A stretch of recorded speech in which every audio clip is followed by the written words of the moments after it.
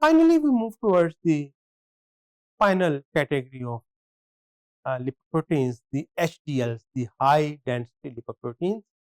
As the name shows, these lipoproteins are very dense. And why they are very dense? Because they contain most of its parts are the protein part, while the triglyceride part or the other lipid part is much lesser in composition, in proportion. So, as far as their formation is concerned, the lipids are added to the apolipoprotein known as A1, apolipoprotein A1. The composition of this category of protein or HDL, as I have told you, its major proportion is taken by the protein itself. That is why 70% of HDL contains the ApoA. It has diverse function. First of all, and we have been seeing it that previously also, that the other apolipoproteins comes from these HDLs, chylomicrons, VLDLs. They take the apolipoproteins from the the HDLs, specifically the apolipoprotein C and apolipoprotein E. They were taken from this HDL. As a result of this, that's why we say the HDL acts as the storage structure for these important proteins. Of course, the ApoC activates the LPLs, the lipoprotein lipases, and of course, the ApoE is involved in the endocytosis of the lipoprotein. And you know, endocytosis is also needed if you want to move from one organ to the other, or one compartment of cell to the other compartment of cell. Then there are also enzymes in these proteins known as ALCAT, lecithin cholesterol acyl transferases, which are involved in the esterification of the cholesterol. Because of this esterification of the cholesterol esters are formed, which can easily settle down into the core part of lipoprotein. And as a result of this, a gradient, a gradient is established in the cell, gradient of the cholesterol,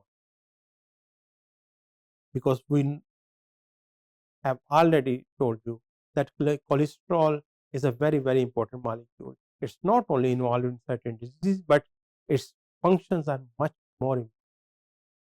As far as the transportation of the cholesterol is concerned, keep in mind that HDL, in contrast to the other types of lipoproteins, where the cholesterol moves from the liver and then it's given to different parts of the bodies, for instance, to the skeletal muscles, to the adipose tissues, and it moves through the blood. The HDL not only move the cholesterol from liver towards different part of the body, or for blood towards different parts of the body, it also gives back the extra cholesterol to liver for it to be either decomposed into or transformed into the bile or excreted.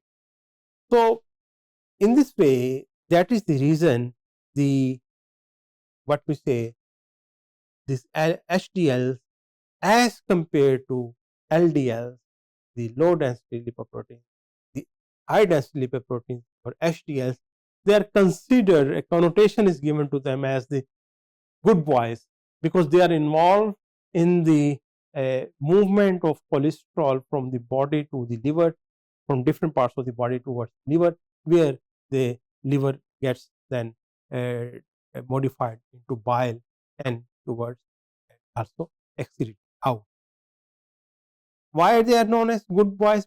Because we know that extra cholesterol give rise to diseases like plaque formation because it gets accumulated, and which is not good at all for your vascular system, for your cardiovascular system, for your peripheral vascular system or cerebrovascular system.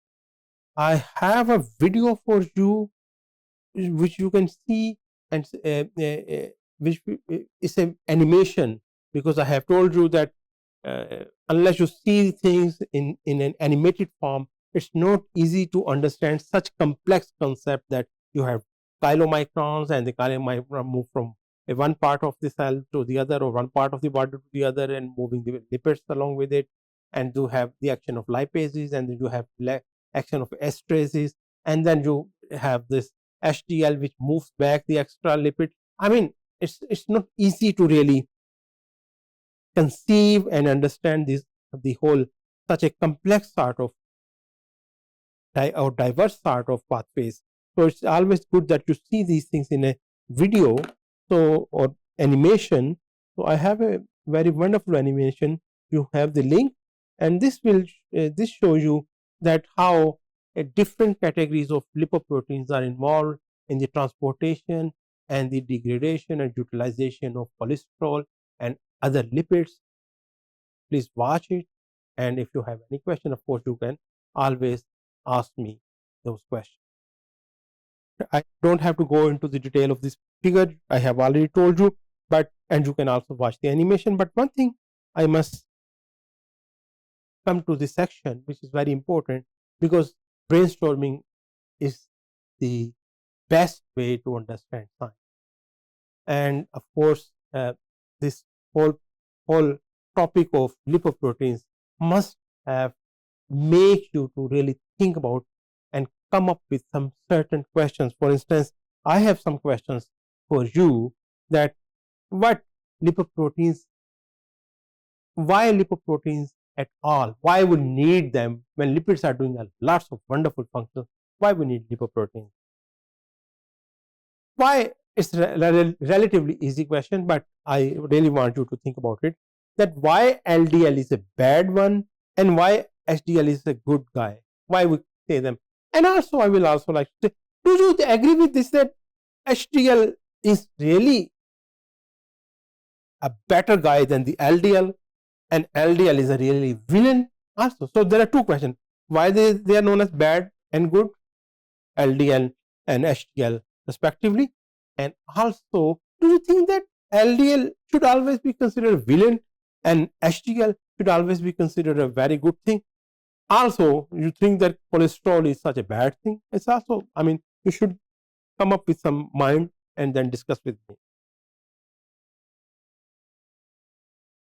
Why lipids are so prone to make plaque? Why not glucose? Why not uh, any amino acid? What is so special in lipids that they give rise to this heart related diseases? Because the formation of the plaque.